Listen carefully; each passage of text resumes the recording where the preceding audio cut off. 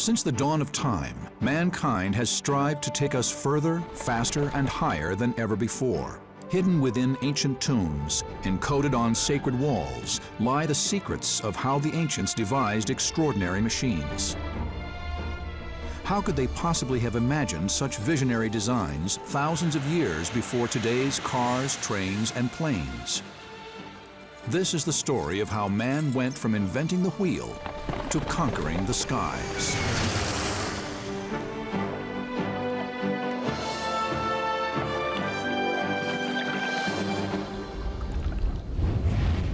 Among the debris left behind by the great civilizations of the past lie clues which we are only unraveling today as to how the foundations of our modern-day transport were laid down thousands of years ago. In South America, explorers have discovered this beautiful model of a strange insect. But does it prove that the ancients understood the physics of modern aerodynamics? In China, ancient rocketry kick-started our quest for the stars. But did the first rocket machines really work? Were the first rocket-powered aircraft actually built more than 500 years ago? In Britain, a leading model maker is planning to test drive a gunpowder-fueled rocket vehicle, once used as a lethal weapon. Can we prove that modern dragsters first began with this 600-year-old bullet car? And perhaps most incredibly, in the archives of the Cairo Museum, this mysterious model has stayed forgotten for 70 years. Now it is being re-examined by 21st century science. Will our groundbreaking investigation unveil that the Egyptians actually understood how to fly 2 millennia before the first flight? All of these revelations lead us to a question. Were ancient versions of cars and planes far more advanced than we originally thought? The quest for automatic transport is not merely a modern-day reality. The fact is that it was very much on the minds of the ancients. 2,500 years ago, the ancient Greeks were at the pinnacle of their powers. Their ideas, goods, language, and culture dominated everywhere, from ancient Carthage in the west to modern Turkey in the east. Yet in the heart of the Greek civilization lay a seemingly intractable problem. How could they avoid the need to travel hundreds of miles at sea to get to a place just 4 miles away by land?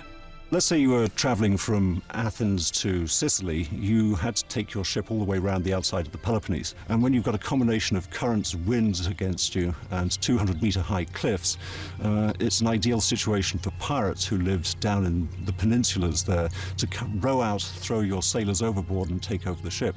So it was a hazardous business taking your ship around rather than over. This navigation nightmare inspired the Greeks to set out on an epic building project in the 19th century.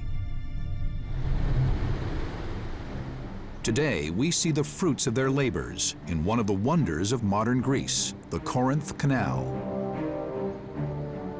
Cut deep into the steep cliffs and around 25 yards wide, the canal is a triumph of industrial age engineering.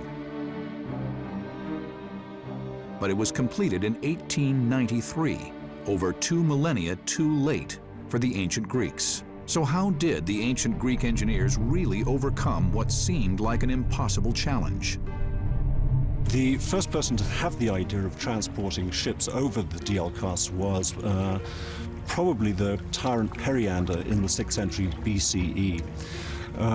And he realized that by building a roadway, he could reduce the friction for haulage across from one side to the other.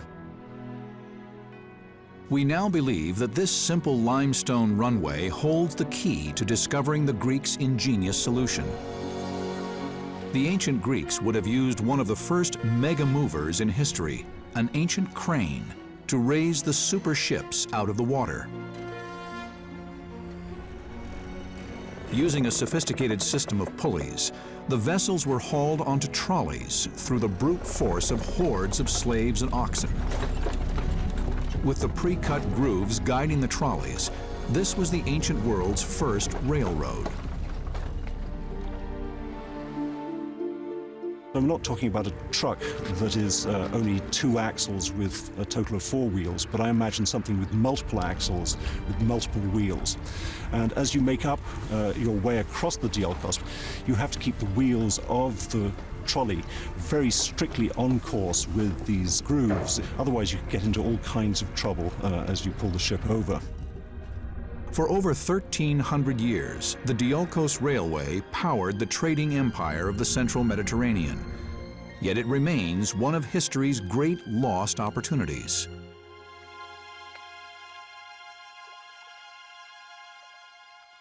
In the 1st century, the brilliant inventor Heron of Alexandria developed the world's first steam ball. Had he made the small leap to mastering pistons, perhaps we could have had the world's first ever automated railway system.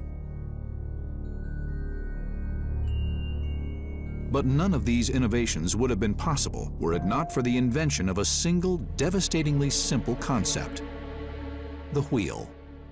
In its 5,000-year history, the wheel has completely transformed how we travel. But how did we get from this simple circle to today's monster vehicles? The answer begins with the greatest road builders and chariot makers the world has ever known, the Romans. They built a network of roads planned with the accuracy of a brain surgeon. But we are still only just discovering how advanced their vehicles really were. This vehicle is called Carruca Dormitoria. In the center of this word, you already find the modern word car, which shows us the importance of the Roman technology and development. What is intriguing is that this ancient vehicle mirrors the design of the first modern-day automobiles, built more than 2 millennia later. The wheelbase can be reconstructed by tracks found in Roman roads, so we have an idea how broad those cars were in Roman times. 2,000 years ago, Roman cars would have faced tough terrain that could ruin any wooden vehicle. But how could their cars have survived such a battering? Remarkably, the ancients developed an early version of a staple of cars today: the suspension system. Like a modern car, this ancient vehicle has got a suspension system. The whole coach box is swinging on these ladder straps, and on one hand are suspended by those metal rings, on the other hand by this decorative and also functional element which depicts the goddess Victoria. This technology changed the car from a method of transport to an integral part of Roman life. Ancient man was defined by his automobile just as we are today. We are still only just beginning to fully understand how much car culture was embedded in the life of the ancients. Here in the Evros region of northern Greece, archaeologists have uncovered a treasure trove of ancient artifacts. Professor Triantopoulos is leading an investigation to discover the secrets of the ancient chariot makers that lie locked within this Roman burial ground. Looking at the wheels of the chariots unearthed at the burial ground, we can conclude that their shape suggests a fairly advanced development. This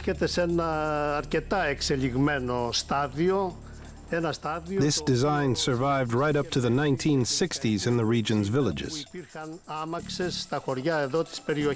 The case takes another twist as the team uncovers the ancient artifacts that the Romans buried with their dead. Here in the graves where they cremated the dead, funeral gifts were placed next to the body. Generally, the artifacts are made from glass, copper, and some gold jewelry. From the chariots, there were decorative items of copper, and functional parts made from iron and copper.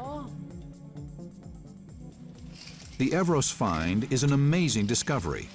Not only was transport a vital part of life in the ancient world, but it was also valued highly enough to warrant being taken into the afterlife. Treasures buried with the carts show the enormous value the ancients put on their vehicles, just as many people do with their own cars today. Transport was a sophisticated and highly valued aspect of life in antiquity, and the ancients were continuously trying to improve and develop. But a remarkable find in ancient texts has turned everything we thought we knew about the ancient world on its head.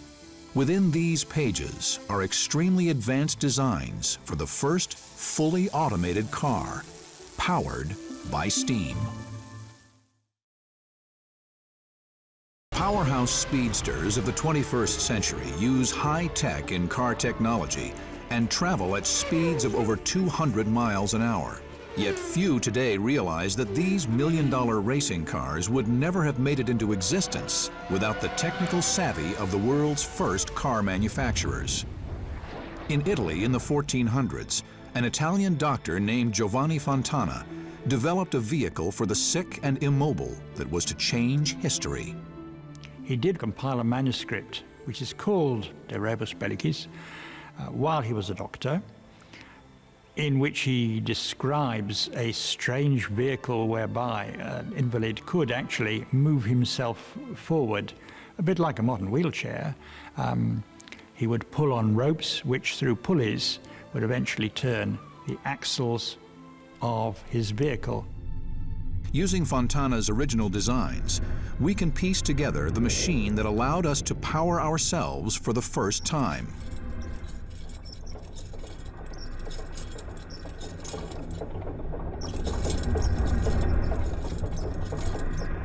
Well, basically the man hauls on the rope through pulleys, and these would turn the wheels. So you are really hauling yourself along, but getting a lot of advantage by using block and tackle rather than just pulling yourself.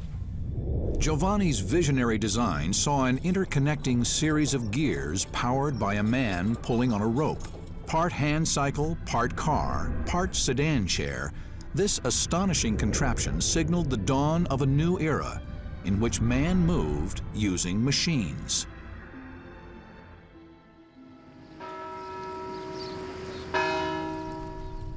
Scientist, inventor, artist, engineer, Leonardo da Vinci had one of the most brilliant minds in history.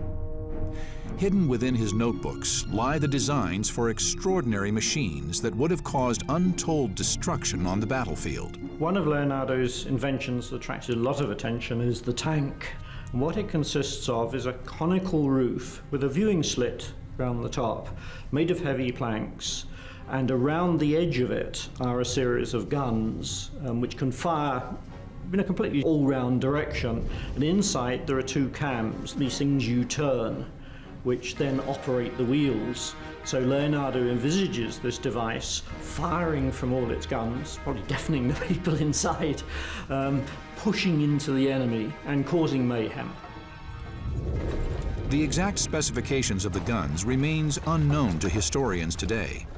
But we can estimate from other cannons used at the time that each cannon could have fired 300-pound balls at a terrified enemy. Although there is no evidence that his blueprints left the drawing board, Leonardo created this extraordinary design 400 years before tanks were first seen on the battlefields of World War I. Another of Leonardo's remarkable designs is particularly stunning. It's a fully automated, spring-driven automobile. Leonardo is looking to see how a wheeled vehicle can entirely within itself have motive power and travel. There's this famous design for a spring-driven car. Leonardo's pioneering blueprint for a modern car combined early robotics with advanced mechanics. 5 centuries after he designed it, modern engineers' reconstruction reveals how it would have worked. And Leonardo is looking towards this design of tense springs, which he then has to regulate to make sure they don't expend their power too quickly or unevenly. So it is self-contained. You could put that machine down, much as you could put a car down with, say, the accelerator pressed down and it would go. Leonardo's unique car moved forward driven by springs, which stored up energy and transmitted it to each wheel through a complex system of gears. The gears were connected to a regulator, a special system of gears that allows the car to move forward at a constant speed rather than quickly at the start and slower as the spring wound down. In the same way that today's cars are fueled by gasoline, Leonardo's automobile was fueled by the power of a heavy-duty spring. By using clockwork technology, he had developed history's first self-propelled car. It is a finite travel because a spring However well you regulate it will ultimately run down, but I suppose a petrol engine, if you don't fill it up, also runs down. If we look at what Leonardo's doing, even though he's a man of his time, he is thinking of complicated automated machines which only come about in the Industrial Revolution. Leonardo's car pushed the boundaries of transport technology and laid the foundations for today's cars and trains. The next chapter in the incredible story of the car was forged by an extraordinary man in extraordinary circumstances. In the remote reaches of China, a Belgian priest named Ferdinand Verbies was fleeing religious persecution at the hands of the emperor, but out of adversity was to come genius. Buried in ancient texts lies his blueprints for the world's first fully automated steam-powered car. Verbies's pioneering design used a cauldron of boiling water fueled by a hot furnace. By harnessing the power of steam, he drove man straight into the industrial age, pushing the boundaries of transport technology. Up till then, really, horsepower and manpower was pretty much all that was available. So it was a kind of holy grail in the sense to have a self-propelled vehicle. Recognizing the brilliance of Verbies's invention, the emperor spared him. Because of his astonishing knowledge of mathematics and astronomy and science, he became a favourite of the emperor, and he actually worked his way up to become head of the Imperial Board of Mathematics. His simple invention founded the technology that would one day power the ships, trains, and cars of the modern world. Leading model maker Richard Windley is going to put Verbies's steam car to the test for the first time in history. The boiler contains water which is raised to boiling point by a fire underneath. As the pressure rises, the steam issues in quite a high velocity jet from the nozzle, and this drives the fan-shaped rotor. We've got a gear reduction of probably something like about 100 to 1, which means that for every 100 revolutions of the fan we only get one at the axle. We're going to need quite a major reduction because this thing is pretty substantial, it's pretty heavy. We don't really know if this is going to work. In theory it should work. It really depends on how much pressure we can get inside the vessel. Although the first modern automobile wouldn't be invented until around 400 years later, what is particularly stunning about this vehicle is that many of the fundamental principles are similar to today's cars. One of these similarities is the turbine. As the water starts to boil, the pressure rises, the little turbine will start to spin. The drive will be transmitted through the reduction gears to the axle, and the whole car should hopefully start to move. The turbine preempted the piston. The inefficiency of this probably stopped it from being developed much further, but it's interesting the fact that some 200 years later the turbine really became of enormous use in terms of electricity generation, jet engines in the present day.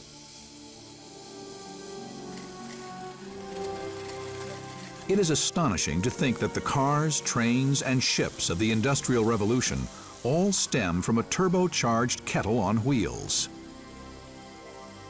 Verbies's steam innovations stem from man's relentless quest for new sources of energy. But was ancient development in automated transportation limited to the ground? A new look at the ancient texts has revealed an intriguing clue to the ancients' mastery of air power. Is it conceivable that they actually took to the skies with rocket-powered aircraft? The wind drove the great galleons of the ancients across the ocean for thousands of years.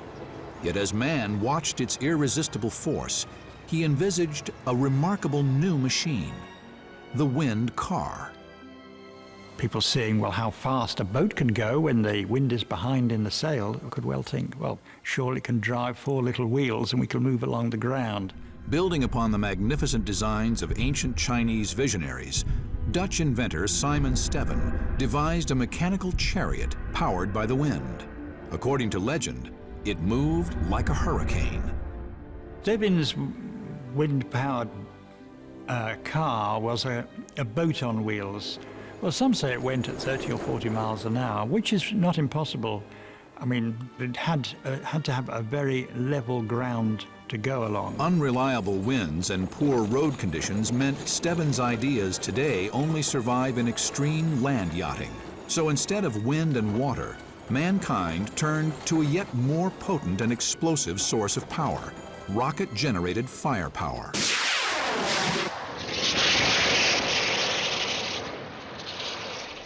In the 10th century, a single invention forever changed the battlefield: gunpowder. But what few realize is that this volatile mix of chemicals also changed how we travel.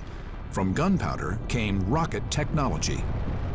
Ancient texts record how a Chinese official known as Wan Hu carried out a dangerous and audacious experiment using a rocket-powered engine. Rockets work by a controlled explosion, or burn, pushing a force out of the back of the machine. This produces an equal force forward that propels the device.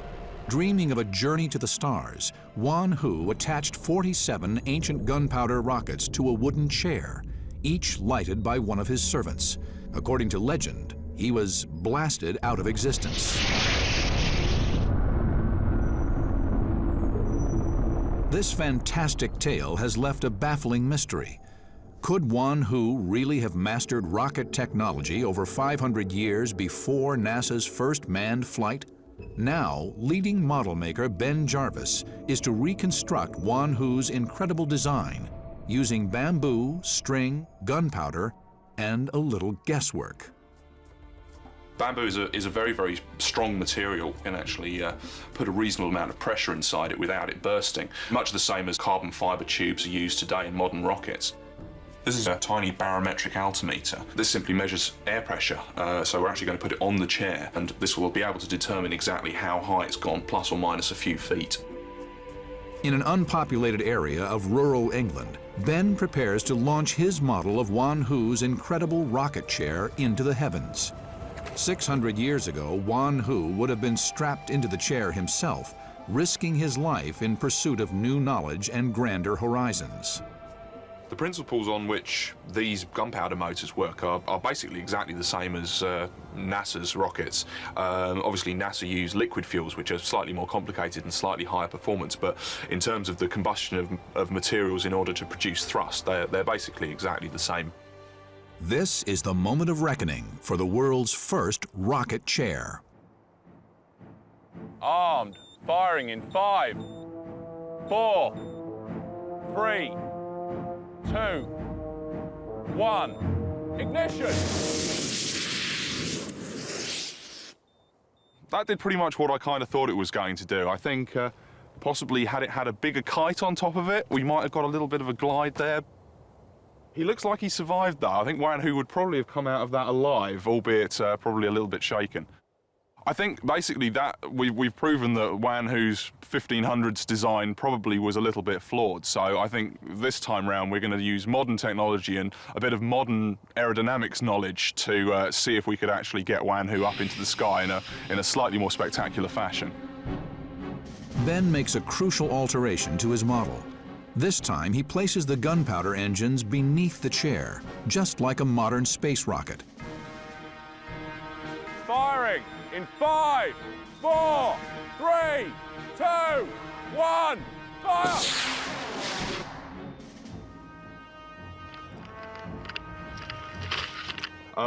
Just listening to the beeps coming out of the altimeter, it's saying that it's actually reached about 250 feet in altitude.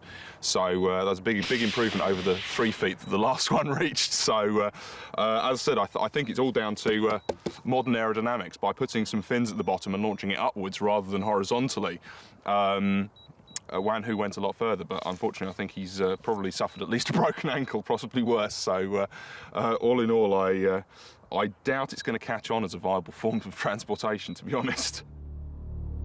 Today, Wan Hu's remarkable legacy is written in the sky. NASA has named one of the moon's craters after him. It took the West 5 centuries to master this new Eastern rocketry, but when they did, they created a car straight out of the future. In the 15th century, Venetian engineer Giovanni di Fontana unleashed the rocket car onto the world with a single brilliant invention: gunpowder fuel. Gunpowder fuel is explosive gunpowder that burns in a controlled way, as if the explosion in a bomb could be controlled to happen over a period of time instead of all at once. At Santa Pod in England, these supercharged dragsters reach speeds of over 300 miles per hour. They draw upon the explosive technology Giovanni Fontana developed 600 years earlier. He set the world record last year over the standing quarter mile at 336 miles an hour. The trouble with anything that's thrust-driven like this, there's no drive through the wheels, so you're relying on the air to move the mass. Once the mass is moving, then the jet will actually pick up speed. It sucks air in the front, squeezes the air in the compressor, introduces fuel in the combustion chamber, where it creates an explosion, where you get an expansion of air, and then it blows it out the back into the exhaust. But Fontana's revolutionary rocket car has never been tested in practice. Leading model maker Richard Windley plans to change that. Basically, all we have is a vehicle with rollers. He called it the fleeing tortoise, so we've some idea of the scale of it. It's powered by a standard black powder rocket. Black powder rammed into a tube under quite high pressure until it becomes almost solid. This slows the speed of burning down so it doesn't explode, although they quite often do explode as well. We're on unproven ground, really. It may go straight, it may spin round, it may overturn, it may explode. It'll be interesting to find out. This is the boom or bust moment for Fontana's rocket car.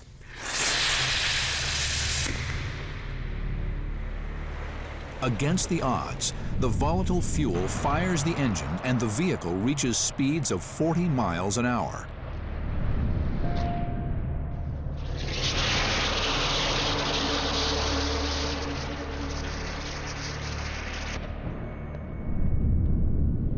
Richard's historic test run at last proves that a little-known Italian inventor is the father for today's super speedsters. Well, that seemed to be reasonably dramatic. Probably went about 30, 40 yards. Yeah, that was good. Yet this was no innocent innovation.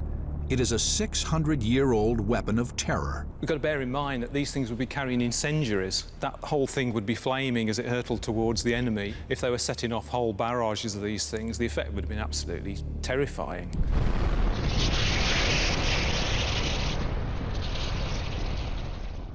Fontana's rocket would work. Anything you can create an explosion with and channel the energy through some kind of nozzle will propel something forward.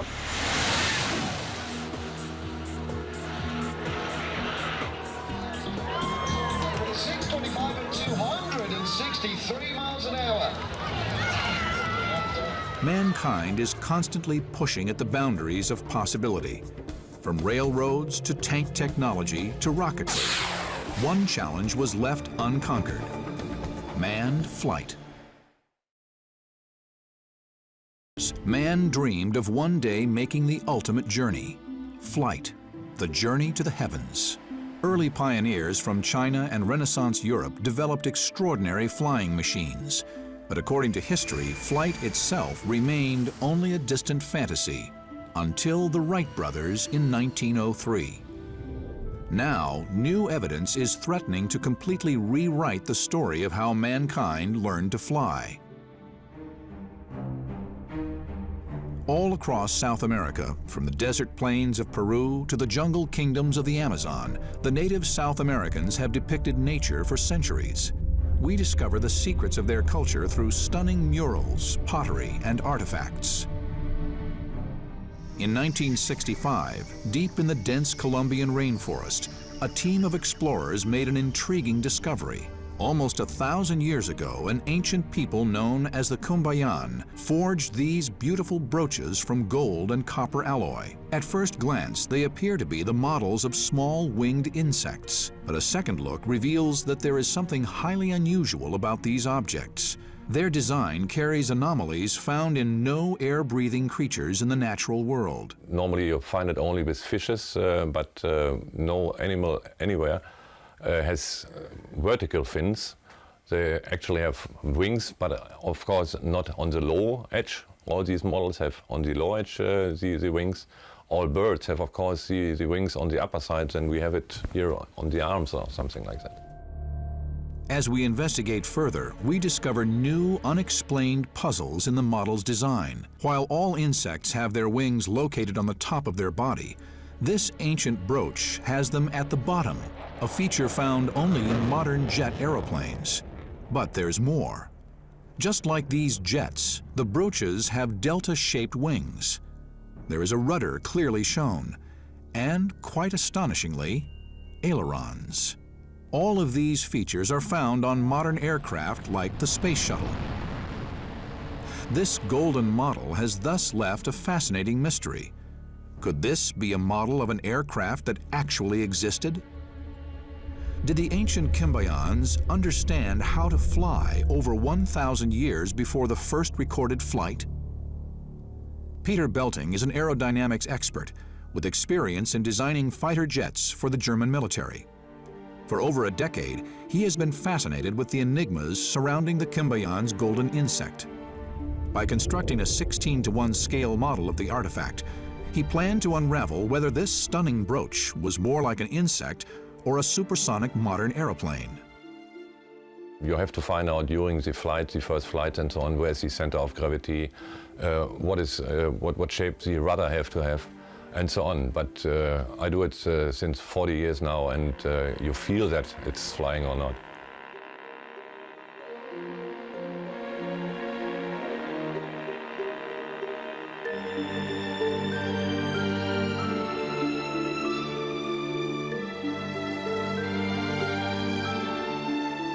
The results are stunning.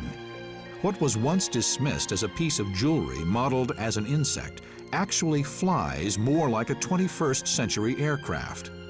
We know about 20 of these similar artifacts, and they are something all the same shape. And it was quite interesting, but we don't know the actual purpose of that. Peter Belting's pioneering research is causing us to reevaluate the accepted story of how mankind conquered the skies. But the true origins of the oldest flying machine may yet prove to be even earlier.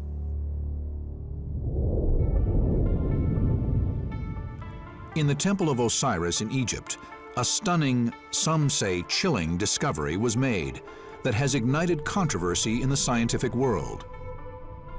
Inside the temple, the walls are encoded with hieroglyphics over 2,000 years old. Cut with incredible precision into the ancient rock, these images record the secrets of how generations of pharaohs lived and died. While Egyptologist Dr. Ruth Hover was photographing one of the wall panels, she made a startling discovery. There was a lot of rubble at my feet, and it looked to me like it had fallen off, and incised in the stone itself of this oldest temple along the Nile were these figures. I think the images are of ancient technology. They appear to duplicate technology that we now have. At the bottom appears to be a depiction of an aircraft with a clearly defined rudder. At the top is a shape clearly identified as a modern-day helicopter. To the right of this is a streamlined water vessel, below which is what appears to be a submarine. These simple images have ignited a fierce debate among Egyptologists and researchers, a debate that challenges all we thought we knew about the ancient Egyptians. There is something unexplainable and mysterious in this place. Some of the theories say that people came from space to teach the ancient Egyptians. Especially, they say these shapes look like a helicopter.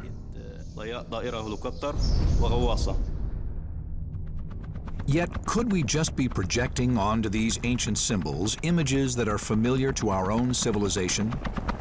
I research the anomalous, things that other people aren't willing to look at because they can't figure them out. I'm more than happy to look at them. But there's more. Piecing together other clues from the walls of this sacred tomb, Dr. Ruth Hover believes that she has deciphered an ancient code containing a message left 2,000 years ago. A message that the Egyptians planned to stay hidden until the day our society was ready to unravel it. Down in the corner of that famous picture, there are a series of symbols, and the numbers are 9. They come out to 9. And 9 is also the number of the planet Mars. Did we come from Mars, or was Mars a stopping place, or was this a symbol that we were just arriving at the ability to get to Mars? We're still uncovering the mysteries of Egypt. It's very exciting. Yet there is a further twist to the riddle of the ancient Egyptians and flight. 100 years ago, in the oldest known pyramid in all of Egypt, explorers uncovered a cache of artifacts in an ancient tomb. Their findings were left ignored and forgotten in the vaults of the Cairo Museum for decades. Among them, this small wooden carving. It looks like a bird. It's got a beak marked on, it's got an eye marked on, it's got markings on the tail. It probably was painted with further detail. At first glance, this 2,000-year-old model may seem insignificant, yet the more the Sakkara bird is studied, the deeper the mystery surrounding it becomes. Maybe it was a toy, maybe it was a weather vane, maybe it's a model of something that actually flew. We don't know. In the sacred tombs of the pharaohs lies a treasure trove of artifacts the ancient kings used to help provide passage to the afterlife. Many of these beautiful objects are actually scale models, chariots, ships, or figures that the pharaohs had crafted to exacting precision. This evidence has given way to an extraordinary question. Could the Sakkara bird really be the blueprint for an ancient plane?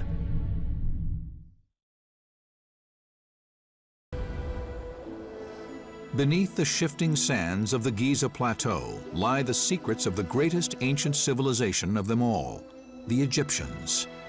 Even today, our finest minds remain baffled by the immense complexity of their designs and sheer scale of their ambition. Found in a vast burial site near Egypt's oldest step pyramid, this simple carving is known as the Sakkara bird. It is believed to hold the key to an incredible enigma. What is surprising about the Sakkara bird is its aerodynamic precision.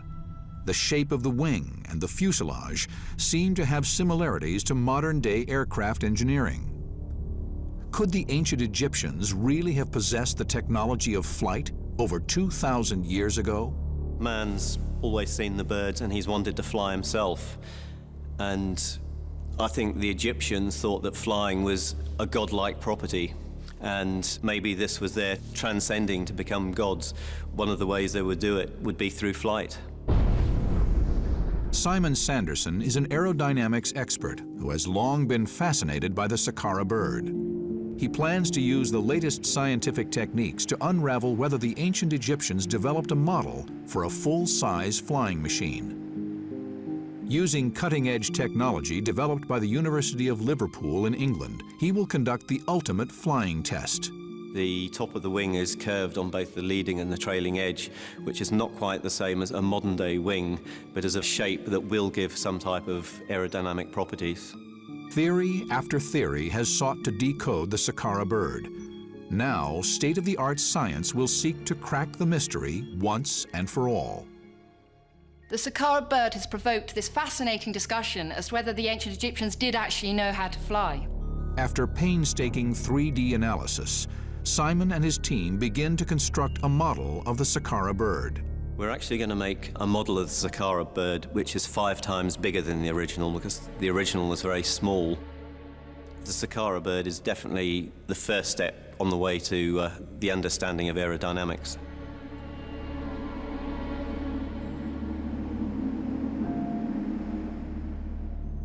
Here at one of the world's leading aeronautics research institutes in Manchester, England, Simon prepares to subject the model to a series of scientific tests. This groundbreaking analysis will at last unveil the secrets of the Sakkara bird's aerodynamics. Using this high-tech wind tunnel, the team builds up a complete picture of how the ancient wooden carving would have reacted had it ever flown. By introducing smoke into the tunnel, the team can see clearly whether the model has the aerodynamic properties of flight. We're running the glider at a constant speed, slowly increasing the angle of attack and then measuring the forces which it's producing. That way we can learn about its flight characteristics. The results are promising. Perhaps a full-size Sakkara bird could have flown. At 10 degrees we're producing about a couple of newtons of lift? Oh, 10 degrees, it's 4.5 newtons of lift. So we're actually producing 4 times the glider's own weight in lift. Yeah. So it actually would be flying now. Yeah. That's good. We're getting close to going and building a flyable Egyptian glider. Simon's findings suggest that over 2,000 years ago, the Sakkara bird may have soared high above the Egyptian desert. Yet there remains one potentially fatal flaw: stability. The question that still stands to be learned is what the stability of the Sakkara bird will be like. To crack this new challenge, Simon takes the model to Liverpool University, where it must face the same trials as a modern fighter jet. Using data obtained from the wind tunnel experiments, the ancient Sakkara bird is to undergo the most rigorous scientific analysis that 21st century technology can deliver. If the model fails the test, the theory that the ancient Egyptians conquered flight will collapse like a deck of cards. Yep, ready for the test. Champion glider pilot Simon Sanderson's skills will be pushed to the limit as he tries to negotiate a virtual 3D landscape modeled on the ancient Giza Plateau.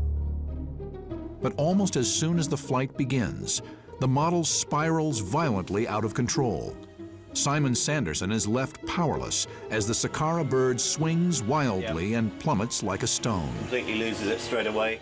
The simulator shows the Sakkara bird to be terminally unstable.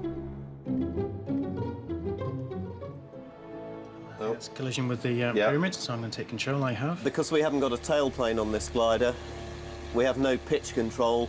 It dives down, rolls over, and then just spirals into the ground. This fundamental flaw leaves the notion that the Sakkara bird flew hanging in the balance.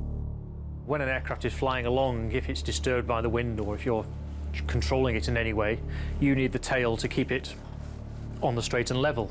I mean, if you pitch up and there's nothing to stop you or bring you back down, you're just going to keep going up and up and up and stall. Without a tailplane, it makes it very, very difficult for aircraft to fly.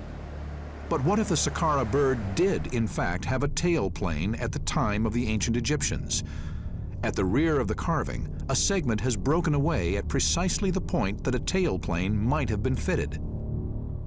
Back at the wind tunnel, Simon and his engineers make the crucial adjustments to the model.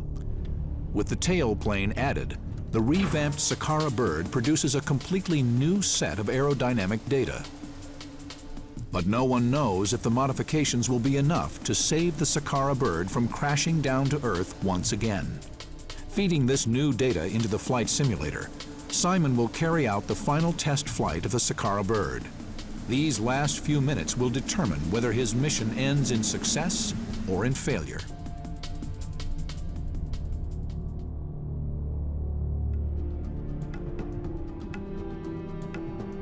As the pilot takes the controls, the model begins to climb towards the heavens. The Sakkara bird glides effortlessly high above the Egyptian plateau, riding the airstreams like an eagle. Over 2,000 years after the ancient Egyptians carved this mysterious bird, modern technology has proved beyond doubt that it could have flown. It was incredible. And the Egyptians had very sophisticated knowledge in other areas, so why not in aerodynamics as well? Yet there remains an unanswered question. Could the Egyptians have stumbled unwittingly into a brilliant design, never realizing its incredible aerodynamic properties? The ancient Egyptians had this model and held it out in the wind, which is probably their equivalent of a modern-day wind tunnel. They would have felt that it had lift, and they'd have definitely looked as to why it produced lift. They probably wouldn't have come up with the modern understanding of lift, but they would have definitely understood something about the properties of the wing. Our discoveries of the ancient world's secrets have forever transformed our understanding of how planes, trains, and automobiles first came into being. Do we take too much credit for pushing the boundaries of engineering? Or are we merely reinventing the work of the ancients? If we are just at the tip of the iceberg of how the ancient world really worked, what new inventions remain hidden, ready to rewrite the history books?